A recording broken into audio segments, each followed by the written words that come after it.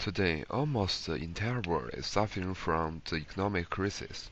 On the other hand, China's economic data keeps growing because of gaps between riches and poor groups, which could be a big issue in China's economic system.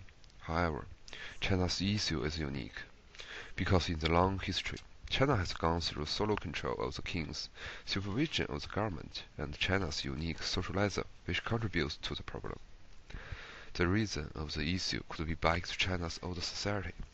When China was a closed country, the king controls everything, including army, economy, and education. In other words, there was never a free market in China's history. People were adapted to the policy that citizens should work under the supervision of the king. Also, in the old system of China, governors were considered to have a high status, but businessmen were at the bottom of the society.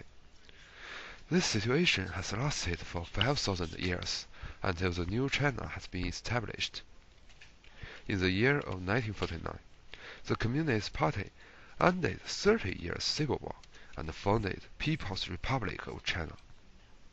At that time, there were two common kinds of social structures in the world, capitalism and socialism. Due to the influence of Soviet Union and remaining sons from China's society, Zedong Mao, who was the leader of Communist Party, determined to make China a socialism nation.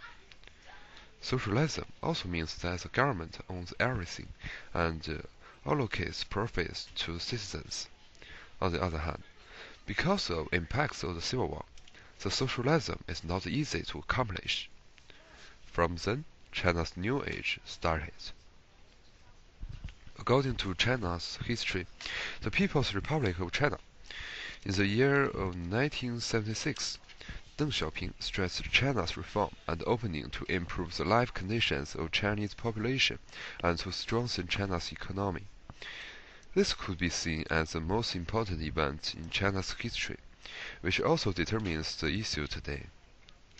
Due to limits of geography, the government determined to bring up the economic situation of citizens by the sea first, and then they could bring up the economy of the whole nation.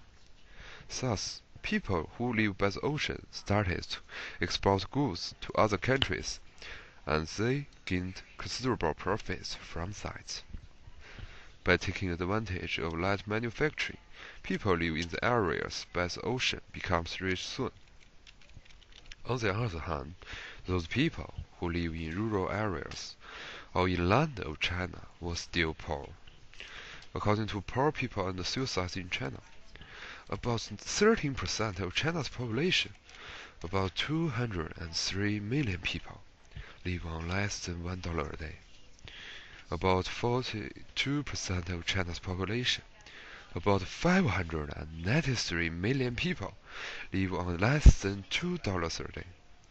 Different from what the government expected, those riches didn't create any productivity to bring up other people's economic situation, but most of them had money in hand and looked for opportunities to earn more profits.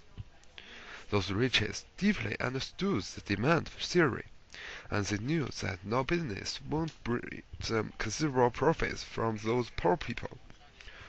However, they need to respond to force from the government, which is to bring up the GDP. Thus, they determined to find a market which always has demand. Finally, the Maslow's hierarchy of needs gives them the answer. Houses, which are the most basic necessity for daily life, would always be demanded.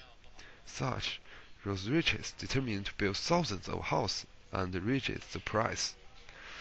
When poor people struggled at the growing house price, riches successfully brought up the GDP and satisfied with the government's requirements.